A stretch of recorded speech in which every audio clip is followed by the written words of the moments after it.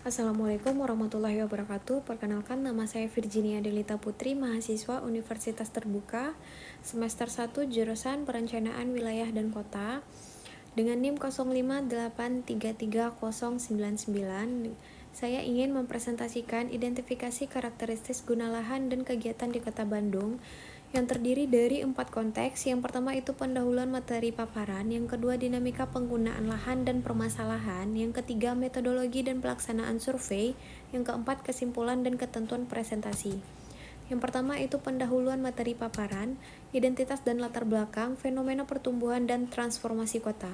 Menguraikan bagaimana dinamika perkembangan perkotaan di Bandung memicu perubahan fungsi ruang yang signifikan, di mana transformasi tersebut bertujuan untuk meningkatkan nilai serta efisiensi pada suatu kawasan tertentu. Urgensi identifikasi guna lahan menyoroti pentingnya pemantauan terhadap perubahan fungsi lahan yang seringkali tidak selaras dengan rencana tata ruang, sehingga diperlukan kajian mendalam untuk mendeteksi ketidaksesuaian pembangunan di lapangan. Kerangka teori perkembangan wilayah mengacu pada pemikiran Doxiadis mengenai proses pertumbuhan kota yang melibatkan tahapan penetrasi, invasi, hingga suksesi, di mana fungsi lama secara bertahap digantikan oleh fungsi baru yang lebih dominan.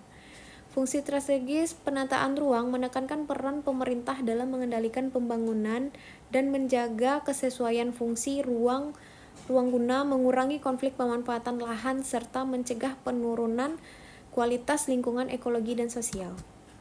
Teori perkembangan kota yang terdiri dari 4 bagian. Yang pertama itu konsep pertumbuhan menurut Doxiadis, yang kedua proses transformasi kawasan, yang ketiga tahapan perubahan fungsi ruang, yang keempat pencapaian suksesi lahan.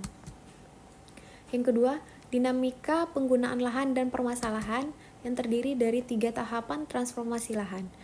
Yang pertama itu tahapan penetrasi awal, proses masuknya fungsi atau kegiatan baru ke dalam suatu kawasan yang pada mulanya masih didominasi oleh fungsi lahan yang secara lama konsisten. Tahap invasi progresif, perkembangan fungsi baru yang mulai meluas dan memberikan pengaruh signifikan terhadap struktur aktivitas serta pola penggunaan lahan pada fungsi awal kawasan.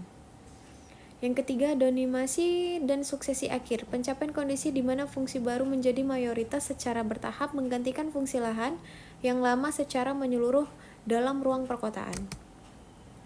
Masalah dan dampak perkotaan ada beberapa bagian. Yang pertama itu ketidaksesuaian pembangunan dan pelanggaran tata ruang. Yang kedua, penurunan kualitas lingkungan dan degradasi ekologi. Yang ketiga itu transformasi struktur kota dan perubahan fungsi ruang. Yang keempat, ketidakteraturan kawasan akibat aktivitas campuran. Konsep guna lahan dan kegiatan yang terdiri dari beberapa. Yang pertama itu definisi fungsional guna lahan. Yang kedua, karakteristik aktivitas pemanfaatan ruangan. Yang ketiga itu proses transformasi spasial sistemik. Yang keempat itu urgensi identifikasi dan penataan lahan. Yang kelima, hubungan antara guna lahan dan kualifikasi kegiatan. Yang ketiga, metodologi dan pelaksanaan survei. Yang tujuannya dan kualifikasi guna lahan, yang pertama itu menentukan kesesuaian pemanfaatan ruang, melakukan kajian mendalam untuk mengevaluasi apakah penggunaan lahan aktual saat ini telah sesuai dengan rencana tata ruang dan fungsi kawasan yang telah ditetapkan pemerintah. Yang kedua, mengidentifikasi hubungan fungsi dan aktivitas, menganalisis bagaimana interaksi antara fungsi lahan dominan dengan aktivitas nyata yang dilakukan oleh masyarakat di atas persir lahan guna memastikan efisiensi kawasan yang optimal.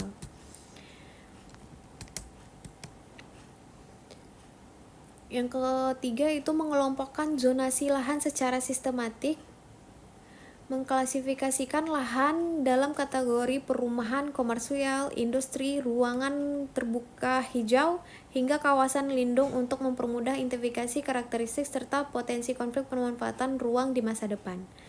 Yang keempat, menyediakan dasar pengembalian keputusan perencanaan yang menghasilkan data kualifikasi yang akurat sebagai instrumen bagi pemerintah dalam mengendalikan pembangunan, meningkatkan nilai kawasan, serta menjaga keseimbangan ekologi dan sosial masyarakat perkotaan. Lokasi dan persiapan penelitian ada beberapa bagian, yaitu pertama, penentuan wilayah studi di Kota Bandung. Yang kedua itu penjadwalan dan durasi pelaksanaan riset. Yang ketiga itu perumusan kebutuhan data dan instrumen. Yang keempat penentuan populasi dan metode pengambilan sampel.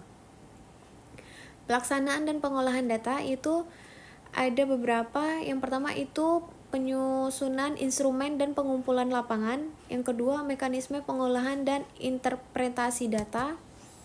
Yang ketiga itu penyajian data dan penyusunan laporan akhir. Yang keempat itu evaluasi, transformasi, dan kesesuaian tata ruang. Yang keempat, kesimpulan dan ketentuan presentasi, yang terdiri dari ringkasan dan kesimpulan. Yang pertama itu signifikasi evaluasi tata ruang. Identifikasi karakteristik guna lahan merupakan instrumen krusial yang untuk mengevaluasi kesesuaian antara pembangunan aktual yang rencana tata ruang guna mengurangi pelanggaran serta konflik pemanfaatan lahan di perkotaan. Yang kedua, respon terhadap transformasi lahan. Proses transformasi lahan yang mencakup tahap penetrasi, invasi, hingga suksesi memerlukan pemantauan berkelanjutan untuk memastikan bahwa perubahan fungsi ruang meningkatkan nilai efisiensi dan kualitas lingkungan. Dasar pengambilan keputusan strategis. Hasil survei yang komprehensif menyediakan data siap pakai bagi pemerintah untuk mengendalikan pembangunan, menjaga struktur kota, dan mencapai manfaat sosial ekonomi yang optimal bagi masyarakat secara luas. Terima kasih, sekian presentasi dari saya. Assalamualaikum warahmatullahi wabarakatuh.